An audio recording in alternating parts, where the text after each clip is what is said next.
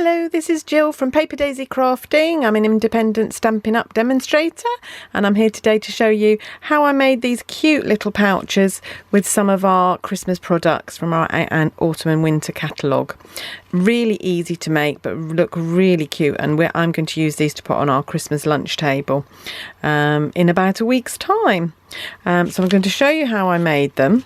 Really easy.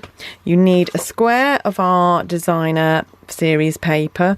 I'm using Candy Cane Lane. Love the colours of this red and crumb cake combination. I think is absolutely beautiful with a bit of white as well.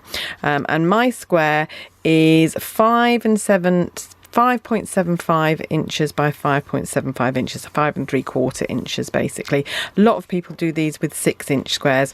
I wanted mine slightly smaller, so I'm doing it just a tiny bit smaller. Doesn't really matter, you could do them any size you like. Fold over on the diagonal. I'm using my bone folder to make a really nice smooth crease, and then fold up one of the corners like so. Again, use your bone folder to get a nice crisp fold, and again the other side. You see, I told you it was easy. There we go. And then the last little fold you need to make is to fold over one of these top flaps and just again press that down, burnish that down, and there you have it, a little pouch that you can put all sorts of Christmas goodies in. I'm going to use just one of our glue dots just to hold that flap down and in place, because I don't want it to come up. So I'm just going to put a glue dot on the middle there, and that will just hold that down as we need it. Okay, and I'm just going to show you how I decorated it as well. I used our cookie cutter suite, the cookie cutter stamp set and the cookie cutter builder punch, but first of all I just layered on a little bit of ribbon. I used a tiny little piece of our red ribbon, with real red ribbon with white stitching, and a little bit of our tear and stick tape.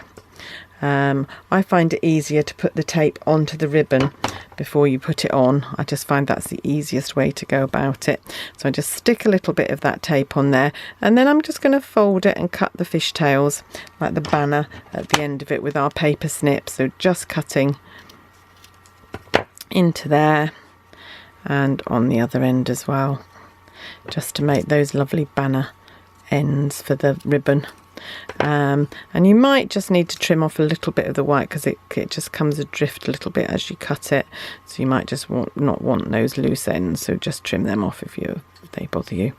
Okay, and so then you can just peel the backing off the tape and stick that on. Brilliant.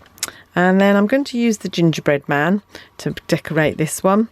So I've got the gingerbread man already loaded up onto a C block, I think this is, yep.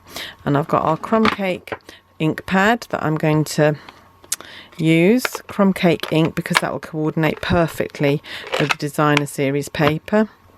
And just a small piece of Whisper White card, which is here. There we go. I knew I'd got it out ready. Okay, so just tap your stamp into the ink, and it will stamp beautifully on the Whisper White card because it's specifically designed for stamping, so it will give you a beautiful impression. Look at that, couldn't want any better than that. And then all you have to do is to use our cookie cutter builder punch to punch him out. Just slide him in and line him up, and you can just vaguely grab it and then just punch when you're happy with the placement. Just to decorate him, I'm going to stamp a little red, using a scrap of this card. I'm going to use our red stamp pad to punch his bow tie. And you saw earlier on I've done some girl versions and some boy versions of these. So I've got a little girl, I've got a girl gingerbread girl and a gingerbread boy as well.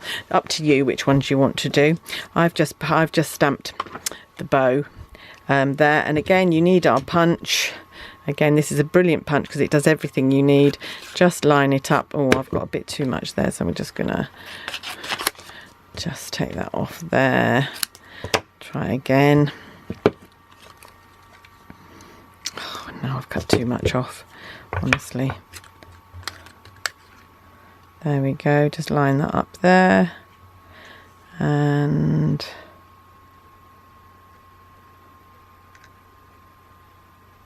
punch. Okay.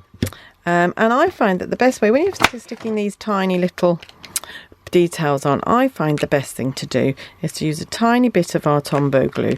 Just squeeze it out. These are Pringles lids that I use with a cocktail stick, and then you can get it precisely where you want. I tend to get a bit messy if I don't do this, so that's the way that I do it.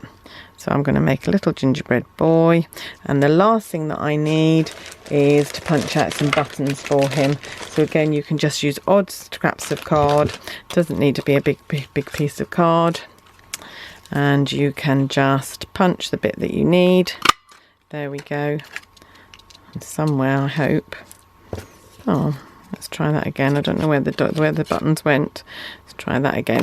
There we go. There are the buttons. And they go there and there. Okay, and just put them into place. I might use my pokey tool to just poke them where I want them. There we go. And there's my gingerbread man ready, and all I need to do is to add some dimensionals on the back of him. One there and one there. Take off the backing and plonk it on. Doesn't want to come off. There we go. Stick him on there. How easy and simple was that? Honestly, literally 5 minutes, not even that. And into that, I have placed 2 of what we call after 8 mints in the UK. Not sure if you have those in America or wherever, but they're beautiful little pouch ready for the Christmas table. Thanks for watching. If you'd like to buy any of these products, the link will be below to the link to my online shop.